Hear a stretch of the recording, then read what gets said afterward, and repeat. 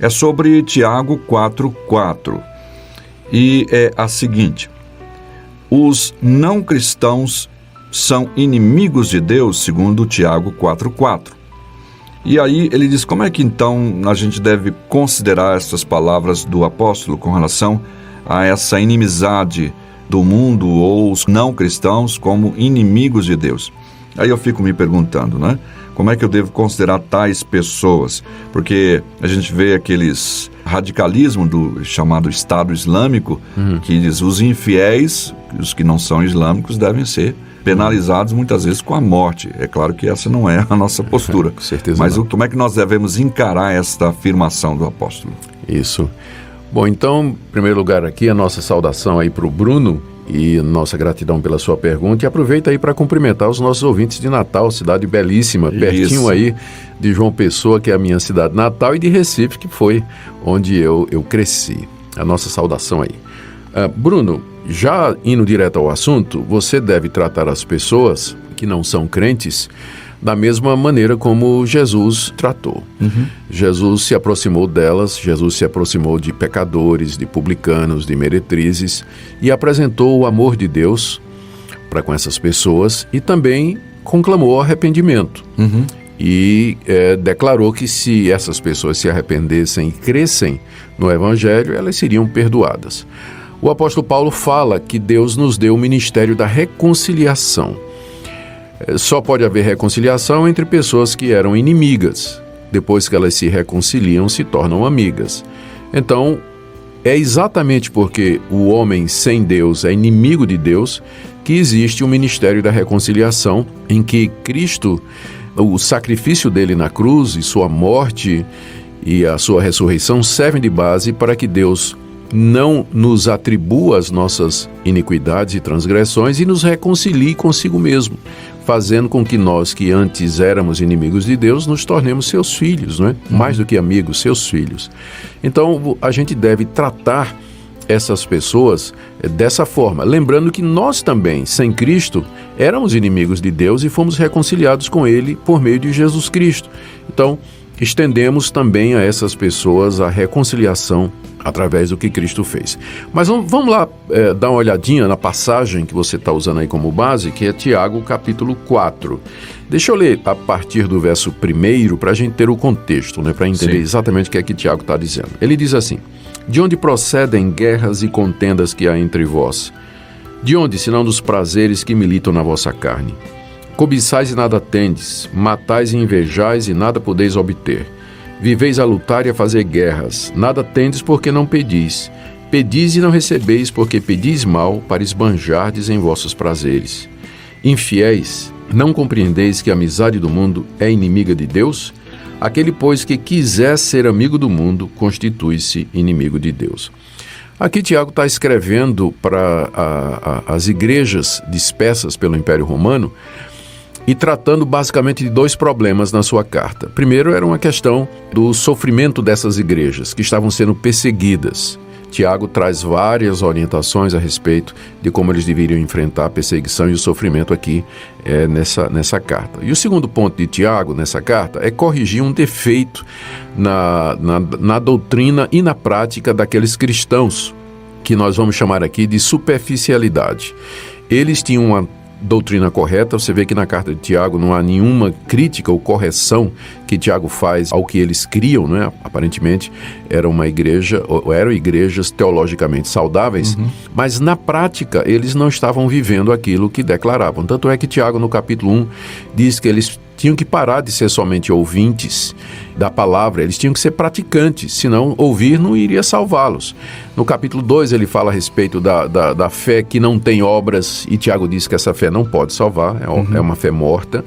E aqui no capítulo 4, Tiago trata de mais uma incoerência na vida daqueles irmãos, que era que muitos deles, mesmo professando conhecer a Deus e a Jesus Cristo, eles viviam de acordo com os padrões daquilo que Tiago chama aqui de mundo, não é? Então, é a essas pessoas que Tiago dirige estas palavras. O que a gente tem que fazer em seguida é definir mundo, porque eu creio que muitas concepções erradas a respeito da ética cristã e do comportamento cristão existem a partir de um entendimento errado do que é que significa mundo. De colocar tudo num grupo só, né? Num grupo conceito só. Isso.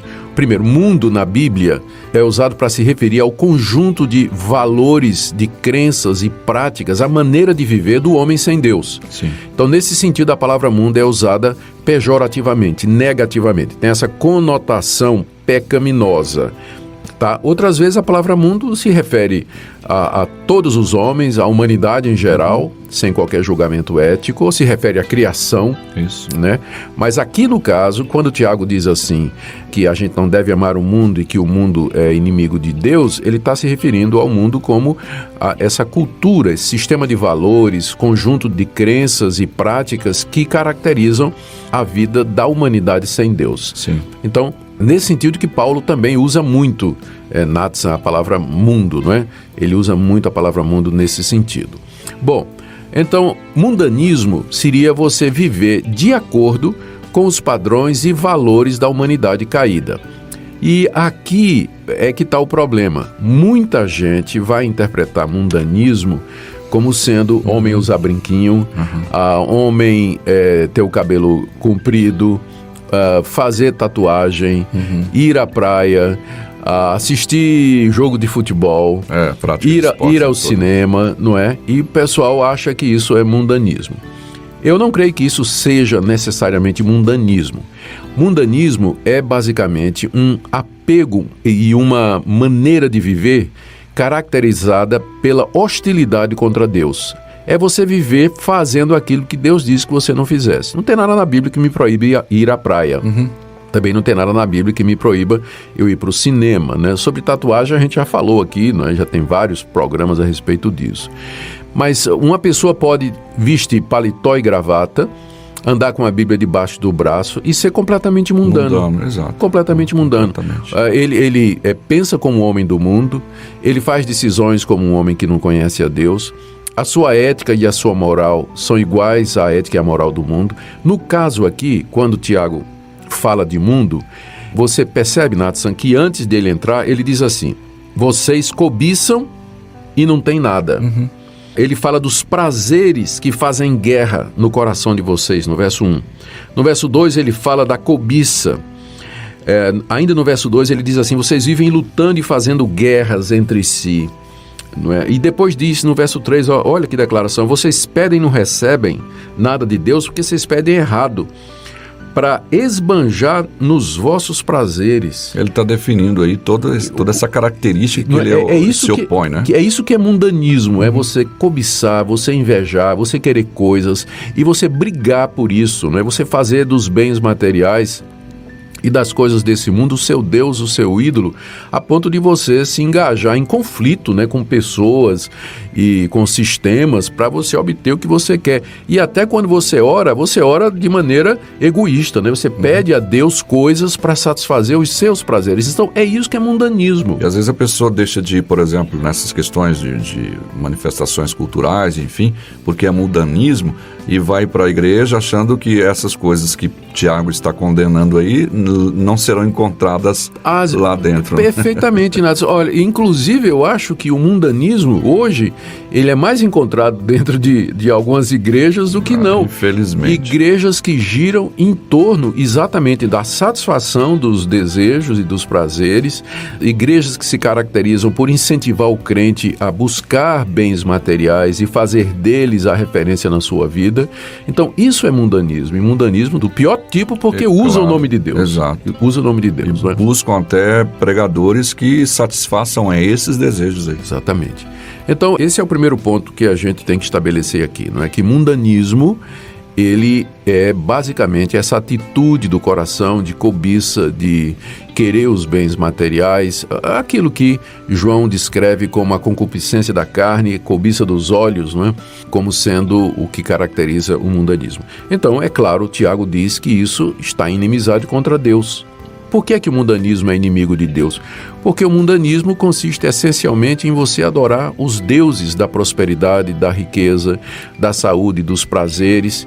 E Deus não admite, não é, que nós tenhamos outro Deus a não ser Ele. Exato. Então, o mundanismo é, em essência, idolatria, que se opõem, portanto, a Deus. Então não é de estranhar que Tiago aqui, ele coloca o mundo em oposição a Deus e diz que aquele que quiser ser amigo do mundo, esse vai se tornar inimigo de Deus. Agora é interessante, Nathan, que aqui no verso 4, Tiago começa essa declaração dizendo infiéis, né? Que literalmente no grego é adúlteros. Sim. Por que Deus chamaria essas pessoas de adúlteras?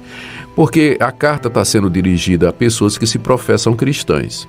O cristão tem um pacto com Deus, uma aliança com Deus. Ele foi batizado em nome de Jesus Cristo. Ele professou a fé de que ele era cristão. E de repente ele está agora traindo a Deus, com o qual ele tem uma aliança comparável à do casamento. Ele está traindo a Deus com o inimigo de Deus. Exato. A ironia, né? Trair. Imagina, uma mulher que trai o marido com o inimigo do marido.